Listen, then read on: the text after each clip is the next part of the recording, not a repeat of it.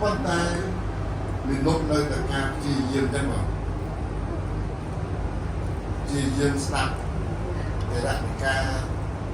ធម៌របស់ព្រះពុទ្ធ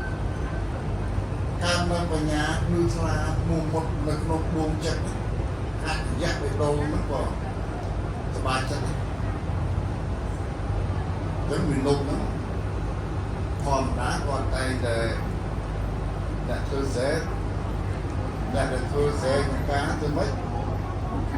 អ្នកដែលជួស្រែទៅឲ្យទៅភ្លឺដាក់គោគាត់យកទៅជួនឹងអ្នកធ្វើសេះពេលដែលគាត់អ្នកពីបលឹងឡើងគាត់រៀបចំបាយស្មុកមហូបគាត់ដាក់គោទៅគាត់ទៅគាត់ក៏ដាក់នៅស្រែគាត់ដាក់ទៅគោទៅក្រទ្រព្យសម្បត្តិមែនក៏ប៉ុន្តែបញ្ញានិងកម្រិតមាន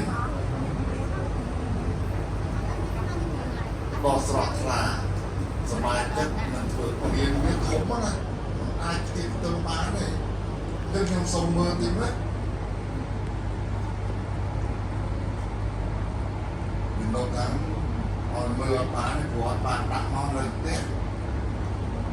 នេះគឺពុកស្ដាប់ការនៅសោតាបដិញ្ញាការនៅបញ្ញាសក្តិគិញ្ញាការនៅ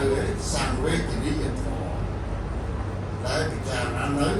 សេចក្តីទុក្ខរៀងក្រំមានជាតិអាចារ្យកម្ពុជាដែលព្រះអង្គបានជួយពីមកឈាមtrongលោកក្នុងគេអាហារនៃក្នុងភាសាសពនេះដើម្បីសម្ដែងនៅធម៌បានស្គលព្រមទាំងបានសម្ដែងនៅធម៌ទេសនាយ៉ាងក្បោះបាយឲ្យកូនចៅទាំងអស់គ្នាបានយល់អំពីសេចក្តីទុក្ខអំពីការកើតចាស់ជីវិតស្លាប់ពាក់ព័ន្ធនឹងខាត់5និងវិធីយ៉ាងណាដើរតាមផ្លូវយ៉ាងណាគឺបង្ហាញនៅផ្លូវភាពទៀតដើម្បីជាចាស់គ្រប់ទុក្ខចិនក្នុងនាមក្រុមពុទ្ធសាសនិកសូមសម្ដែងថ្លែងអំណរគុណចំពោះស្ដេចជាអតីតកម្មការសូមអរគុណហើយជាឱកាសនេះក៏សូមអរគុណចំពោះព្រះប្រធានកាប់ដីនៃសំវត្តវត្តនេះវត្តតាំងសាសអញ្ជើញដែលថ្ងៃបានអស្ចារ្យលោកមកប្រមាណថ្ងៃជាប់គ្នាអរគុណចំពោះលោកបានអបសំមកដែរជាថ្ងៃតែបានមកជាប់ប្រមាណថ្ងៃសូមថ្លែងអំណរគុណផងចា៎ហើយ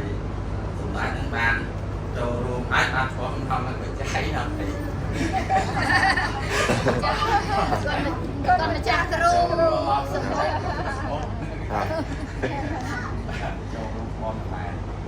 ហើយសូមអរគុណព្រះអង្គណាទូលគុំអរគុណការអង្គផងដែរអរគុណច្រើនលោកឃើញណា